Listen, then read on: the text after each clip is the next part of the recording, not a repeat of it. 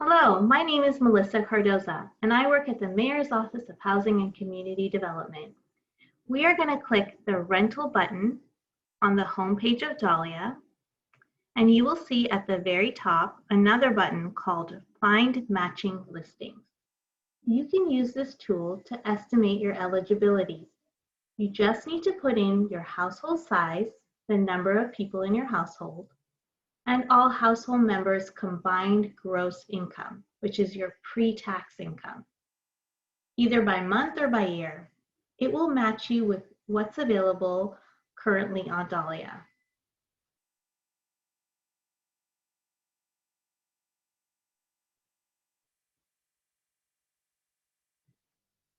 You can use this tool to estimate your household income to determine which property you qualify for.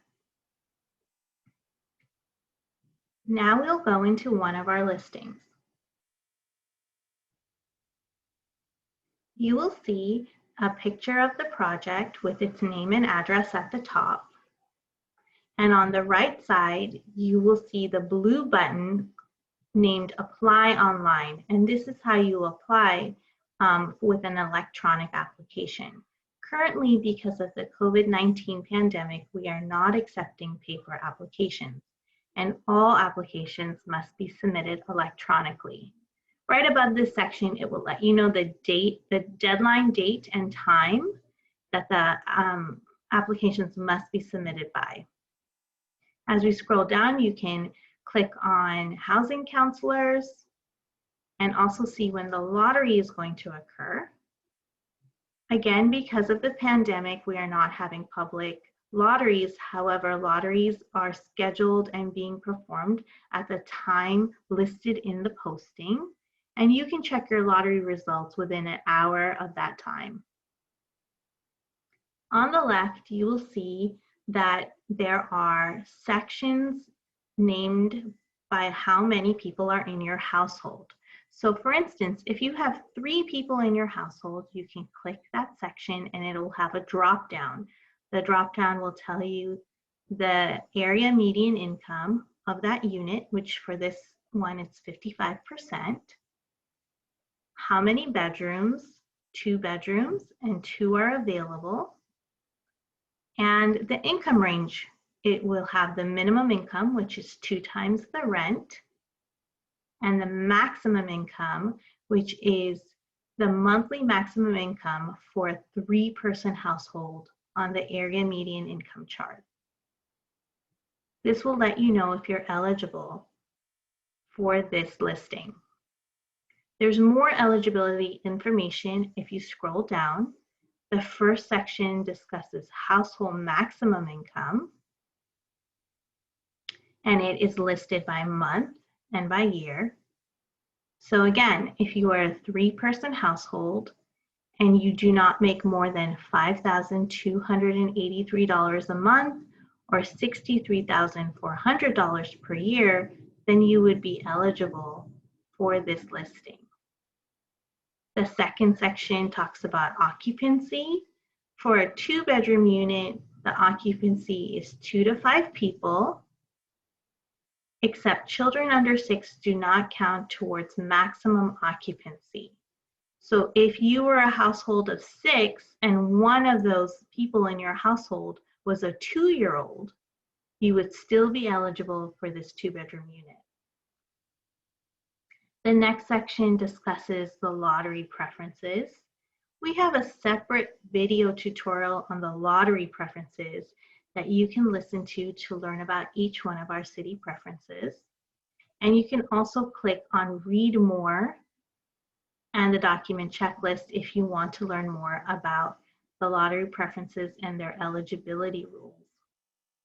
As we scroll down to number 4, you will see this is the section about rental assistance. Our city-sponsored housing and inclusionary housing does accept rental subsidies such as vouchers, one-time subsidies, and continuing subsidies.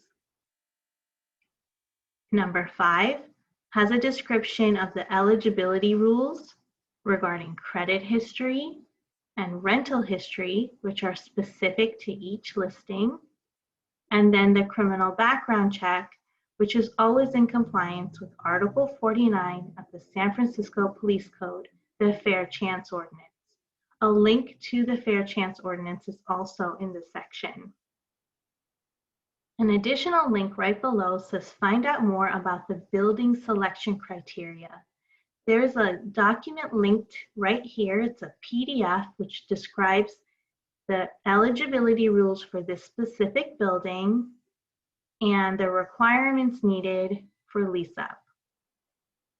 As we scroll down, you will find features of the neighborhood and the building, the parking information, the smoking policy, the pet policy, amenities that you will find in the unit or around the neighborhood, the accessibility features, and a unit feature drop-down, which has every single unit available, the square footage, the baths, the floor, and if there's any accessibility features in that unit. The next section describes the additional fees. Some properties charge a post-lottery fee to run the credit and criminal background check for each adult member of the household. And they have a deposit, which can be 1 month's rent, or sometimes it may be higher if the household has a lower credit score.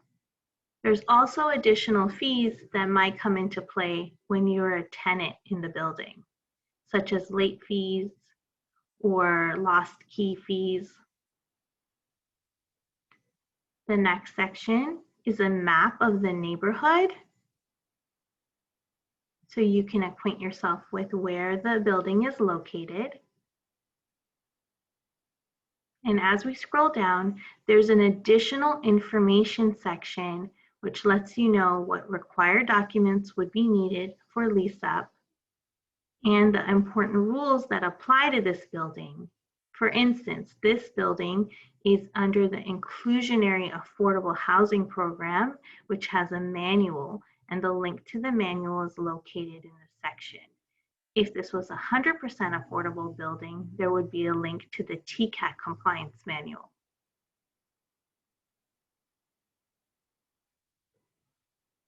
Now I want to show you that there's contact information for the leasing agent right here on the right side. If any of the information that you read here is confusing or you have follow-up questions, you can always contact the leasing agent. We have their phone number and their email address and their office hours.